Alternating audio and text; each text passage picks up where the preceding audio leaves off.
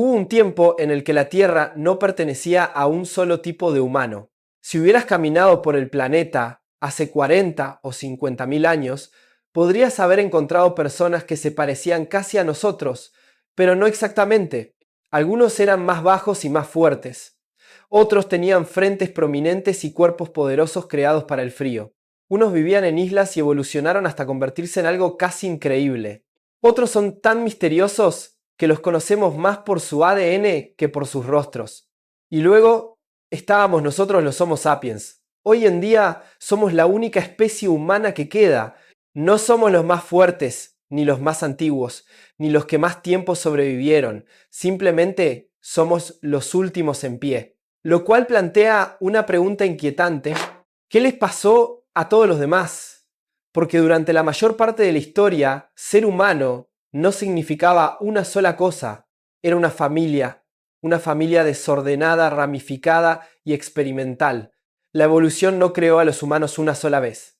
Siguió intentándolo. Diferentes cuerpos, diferentes cerebros, diferentes herramientas, distintas formas de sobrevivir en un mismo planeta lleno de peligros.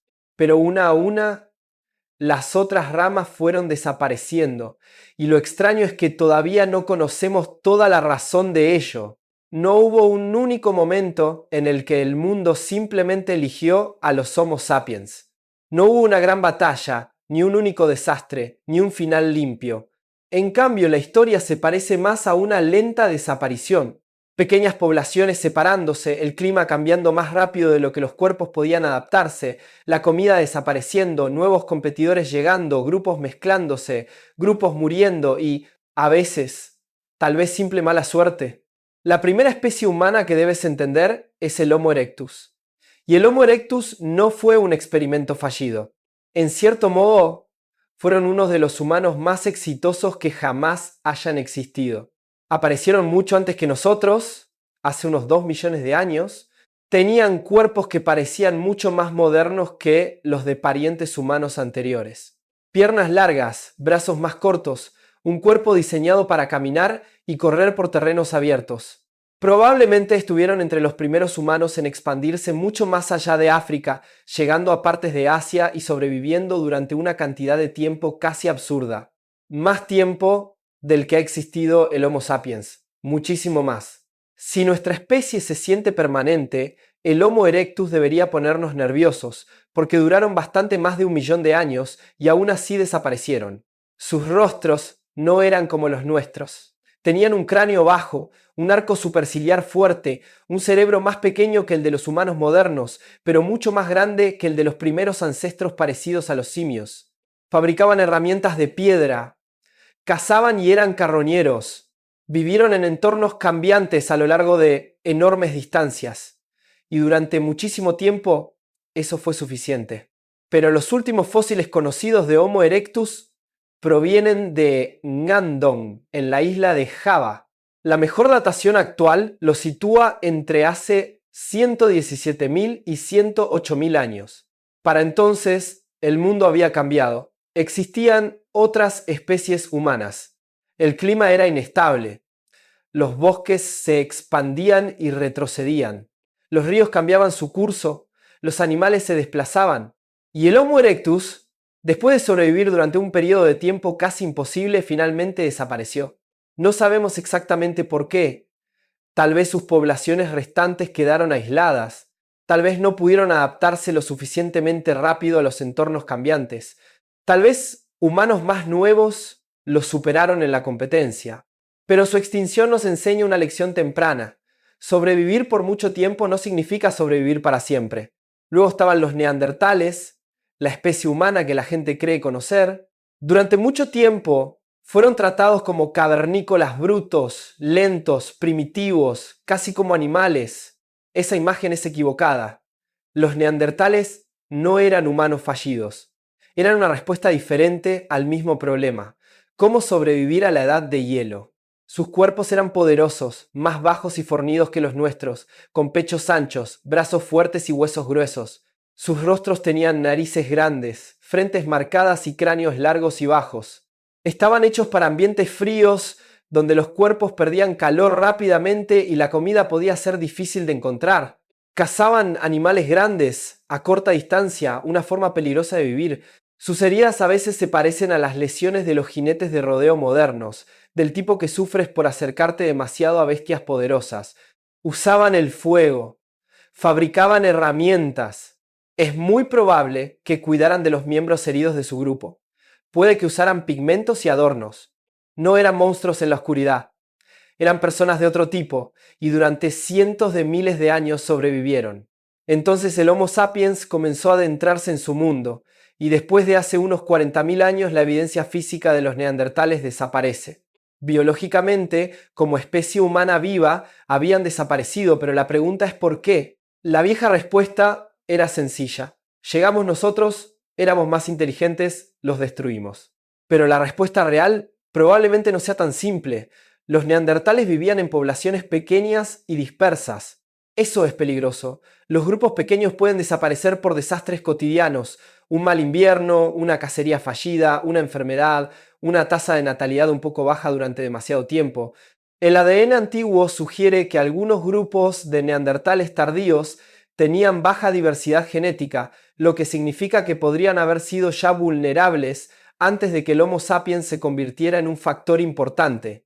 El clima también seguía cambiando. Fases frías, fases más cálidas, animales cambiantes, plantas cambiantes, paisajes cambiantes. Imagina intentar sobrevivir cuando el mundo que conoces no deja de reconfigurarse. A eso súmale otra especie humana entrando en los mismos territorios. Una especie con redes sociales más amplias, comercio a larga distancia, posiblemente una innovación más rápida y quizás mejores formas de conectar grupos a través del espacio. No necesariamente más fuertes, no necesariamente mejores en todos los sentidos, pero más flexibles en el único aspecto que importaba. Cuando los neandertales desaparecieron, puede que no fuera porque perdieron una gran guerra. Pudo haber sido porque perdieron 1000 pequeñas batallas contra el aislamiento, el clima, la competencia y el tiempo. Luego están los denisovanos. Y los denisovanos son extraños porque son casi como fantasmas. De los neandertales tenemos cráneos, huesos, herramientas, entierros. Para los denisovanos, la historia comenzó con un diminuto hueso de un dedo encontrado en una cueva de Siberia. Un fragmento tan pequeño que no parecía poder reescribir la historia humana. Pero el ADN demostró que pertenecía a un grupo humano hasta entonces desconocido. Ni neandertal ni Homo sapiens, era otra cosa. Los denisovanos pudieron haber vivido en una inmensa parte de Asia, Siberia, la meseta tibetana y posiblemente el sudeste asiático, pero su registro fósil es frustrantemente pequeño. Un hueso de dedo, dientes, fragmentos de mandíbula, unos pocos restos inusuales. Durante años, ni siquiera sabíamos realmente cómo eran sus rostros, y sin embargo, su sombra genética es enorme. Algunas poblaciones modernas en Oceanía y partes de Asia tienen ascendencia denisovana. Los tibetanos heredaron una versión de un gen vinculado a la supervivencia a gran altitud, de humanos emparentados con los denisovanos. Ese es uno de los datos más asombrosos de la evolución humana. Un grupo humano desaparecido aún podría estar ayudando a personas vivas a respirar en el aire fino de las montañas. Pero, como población viva, los denisovanos también desaparecieron. La evidencia fósil más reciente de los denisovanos tiene unos 40.000 años de antigüedad. Cierta evidencia genética sugiere que algunos grupos podrían haber sobrevivido hasta hace unos 30.000 años. Después de eso, se desvanecen. ¿Por qué? No lo sabemos. Su territorio pudo haber sido amplio, pero sus poblaciones pueden haber sido escasas. Puede que en algunos lugares fueran absorbidos por los grupos de Homo sapiens que iban llegando, en otros lugares tal vez fueron superados en número. Los cambios climáticos pueden haber fragmentado sus hábitats. Y debido a que todavía tenemos tan pocos fósiles, su extinción sigue siendo uno de los capítulos más borrosos de la historia humana. Los denisovanos nos recuerdan algo incómodo. Una especie humana puede desaparecer de forma tan absoluta que casi no queda nada más que fragmentos y código, ni ciudades, ni monumentos, ni historias, solo ADN. Luego está el Homo floresiensis, el más extraño de todo este relato. En la isla de Flores, en Indonesia, los científicos encontraron los restos de un diminuto humano antiguo, tan pequeños que los apodaron hobbits. Medían alrededor de 1 metro de altura, tenían cerebros pequeños y cuerpos pequeños, pero fabricaban herramientas y sobrevivían en una isla llena de aves gigantes, dragones de Komodo y elefantes enanos llamados Stegodon. Al principio, la gente apenas podía creer que fueran reales. Eran humanos modernos enfermos. Eran alguna extraña población anormal. Pero la evidencia apuntaba a algo mucho más asombroso. Eran una especie humana, distinta, un pequeño humano insular. Y es que las islas le hacen cosas extrañas a la evolución. Los animales grandes pueden encogerse, los animales pequeños pueden crecer, los depredadores y las presas cambian de tamaño porque los ecosistemas de las islas tienen reglas diferentes. A esto se le llama enanismo insular.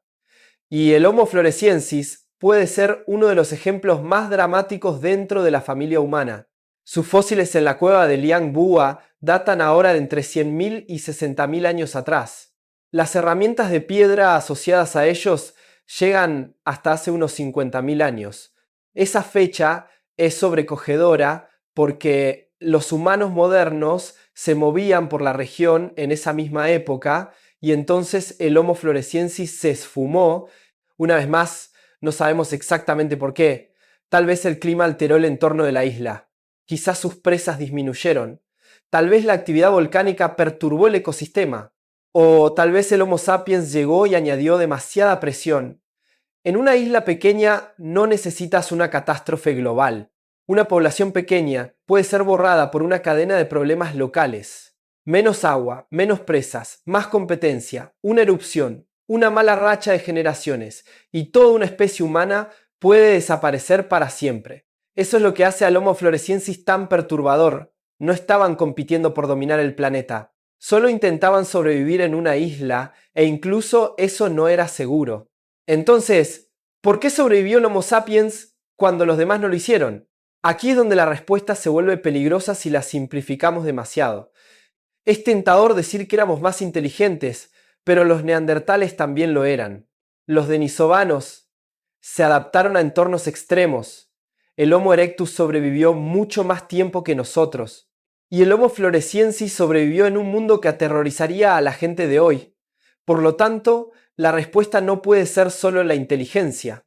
Pudo haber sido la conexión. El Homo sapiens parece haber sido excepcionalmente bueno formando grandes redes sociales, no solo familias, no solo pequeñas bandas, sino redes más amplias de personas, herramientas, ideas e información.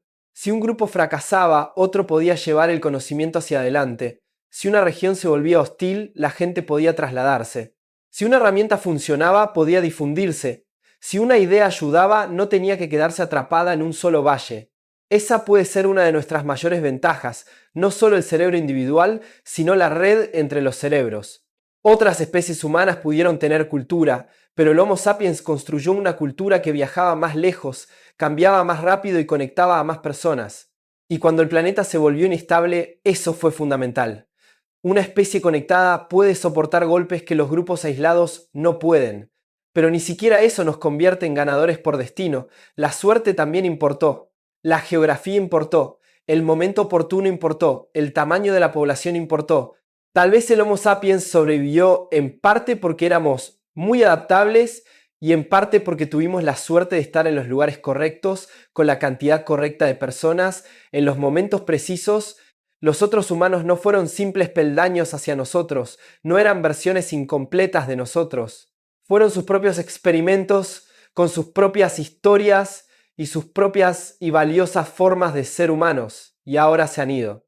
El Homo erectus, después de más de 1 millón de años. Los neandertales, tras sobrevivir al implacable mundo de la edad de hielo. Los denisovanos, dejando tras de sí solo huesos raros y un rastro genético. El Homo floresiensis, los diminutos humanos isleños que se desvanecieron casi al borde de nuestra propia llegada. Hoy, cuando decimos humano, nos referimos al Homo sapiens, pero eso es solo porque cualquier otro significado desapareció. No somos la cima inalcanzable de una escalera, somos simplemente la última rama de un árbol que solía estar lleno de vida. Y tal vez eso debería hacernos sentir menos superiores y mucho más humildes. Porque si los demás humanos nos enseñan algo, es precisamente esto.